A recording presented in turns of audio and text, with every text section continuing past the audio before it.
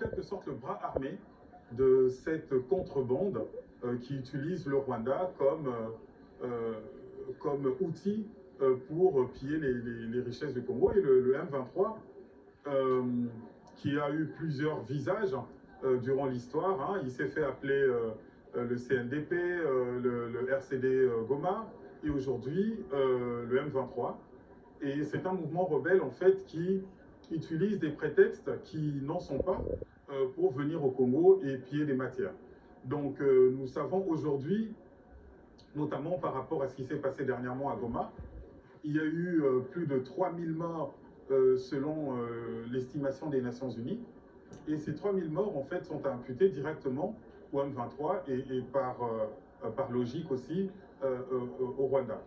La raison souvent invoquée par le Rwanda serait la recherche des FDLR, qui est l'ancienne milice rwandaise qui serait rentrée en RDC. Mais on voit qu'à chaque fois que l'armée rwandaise opère en RDC, il ne recherche plus ces fameux FDLR. Et son obsession, c'est le massacre et c'est le pillage. Donc on peut comprendre que les fameux FDLR ne sont qu'un prétexte.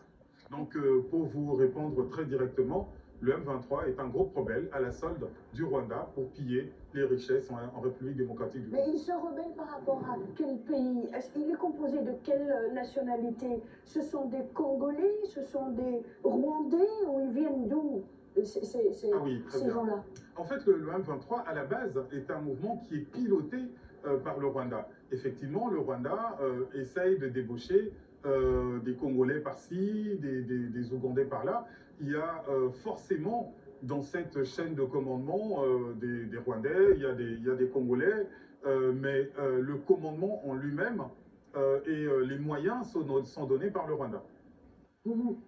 Monsieur Goerens, vous le savez, l'Union européenne a conclu un partenariat stratégique avec Kigali, hein, avec Kagame, le président du Rwanda. Ma question est pourquoi avoir conclu un accord de partenariat stratégique qu'on a appelé le Global Gateway avec Kigali, et pourquoi n'a-t-elle pas signé directement avec le pays concerné, le pays producteur, en l'occurrence le Congo? Jusqu'à preuve du contraire, c'est le Congo qui détient la plupart de ces minerais, hein. Je pense au coltan, au colbait, alors, et pas mal d'autres minerais importants pour nous ici, en Union européenne, pour la fabrication de beaucoup de produits finis. Je pense à nos portables, hein, je pense aux voitures électriques, etc. Ma question, pourquoi? Pardonnez-moi, je suis spontanée. J'ai envie de faire un bête parallèle. Allez-y. Mais simpliste. Oui. C'est comme si l'Union européenne, elle va conclure un partenariat stratégique avec, on va dire, la Tunisie, un tout petit pays dans l'Afrique du Nord, pour pouvoir exploiter le gaz et le pétrole dans un pays énorme à côté qui s'appelle l'Algérie. Pourquoi alors? Et d'ailleurs, c'est ce qu'elle a fait, l'Union européenne. Elle a signé un accord en termes d'énergie avec l'Algérie, pas avec la Tunisie.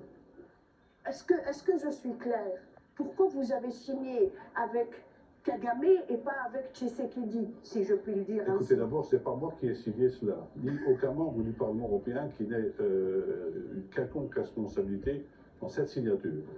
Le rôle du Parlement européen, disais-je dans mes remarques introductives, est un rôle de contrôle de l'exécutif et un rôle d'impulsion politique. Hier, on a eu une réunion avec la ministre congolaise des Affaires étrangères qui a été extrêmement claire sur la situation qui prévaut dans son pays, et on a pratiquement été unanime à partager la description qu'elle a faite. Je ne suis pas sur place, mais je fais confiance à ce qu'elle a dit. Ça a été recoupé d'ailleurs par nombre d'autres intervenants, et la situation telle qu'elle se présente au plan humanitaire, qui est exécrable, a été confirmée par le représentant du service d'action extérieure, M. Popovski.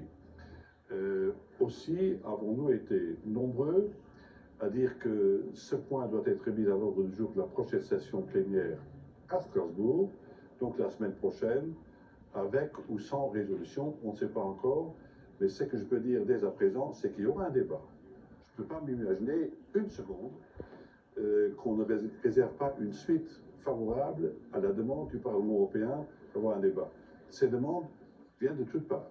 Maintenant, en ce qui concerne l'accord signé, c'est un Memorandum of Understanding, MOU. Ce n'est pas un traité ou un accord qui doit être sujet à ratification entre l'Union européenne et le Rwanda, mais c'est une déclaration d'intention. Cette déclaration d'intention vise à sécuriser l'approvisionnement en matières premières, en matière stratégique de l'Union européenne. Je vous dis très clairement, en mon nom personnel, et je crois être rejoint en cela par nombre de collègues, il n'y a aucune circonstance atténuante pour que le fait de s'approvisionner soit associé de près ou de loin aux violences qui sévissent actuellement dans la partie orientale du Congo. Aucune circonstance atténuante. Donc, je reste ouvert au débat et je suis pratiquement sûr que ce débat se clôturera par des appels à la suspension de cet accord, et cette suspension permettra de tirer au clair les responsabilités là-dedans. L'origine des matières premières. En tant que parlementaire européen, je me suis battu pour le devoir de vigilance. Le devoir de vigilance exige des entreprises qu'elles apportent la preuve que les matières premières qu'elles transforment dans les usines européennes soient d'une origine non contestable. C'est-à-dire pas de travail d'enfant, pas de circonstances inhumaines ou de violences qui soient associées de près ou de loin à l'exploitation de ces richesses. Donc, je suis extrêmement clair en tant que responsable de mon groupe politique pour le développement. Je suis porte-parole de mon groupe politique pour la commission développement et je rapporte à mon groupe ce qu'en pense la commission développement. Je suis absolument clair. Il faut, de mon point de vue, suspendre cet accord, tirer les choses au clair, et après, on pourra, sur des bases qui correspondent aux engagements pris dans notamment la stratégie de l'Union européenne en matière de politique extérieure par Solana au début des années 2000, je crois que c'est 2002, 2003, les principes sont clairs, respect des droits de l'homme, respect de la souveraineté, respect des droits de la femme, tout cela est coulé en force de loi, aussi dans le partenariat, dans l'instrument de financement de la politique extérieure de sécurité.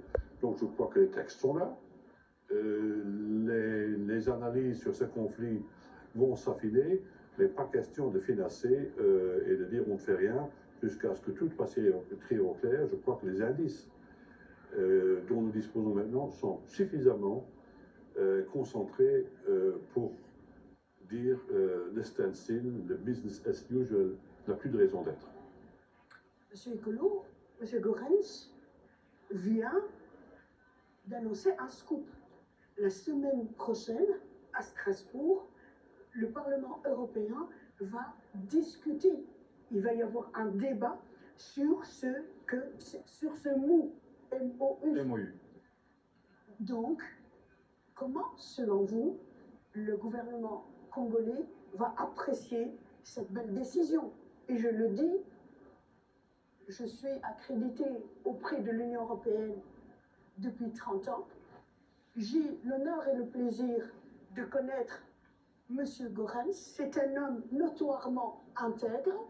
Il le dit, il est porte-parole de son groupe. Je rappelle qu'il s'agit de Renew, un groupe quand même qui est assez important. Et j'imagine, vous allez me le dire tout à l'heure, si vous pensez que les autres grands groupes vont suivre pour prendre la bonne décision, la décision la plus juste. Je peux juste ajouter un mot. Oui, oui, bien sûr. J'ai parlé en mon nom personnel et j'ai relaté aussi les propos des représentants des autres partis. Je n'ai trouvé personne hier soir se prononcer contre ce que je viens de dire. Extraordinaire. Donc il faut la clarté, il faut des convois, des corridors humanitaires pour permettre l'acheminement de l'aide, il faut diversifier les voies à travers lesquelles on peut faire transiter cette aide humanitaire. Ça, c'est le très court terme. Et pour le moyen et le long terme, il faut tirer au clair ce qui se passe autour de l'exploitation des richesses. On ne peut plus clair, Monsieur Ekolo. Comment pensez-vous que le gouvernement congolais va apprécier cette décision?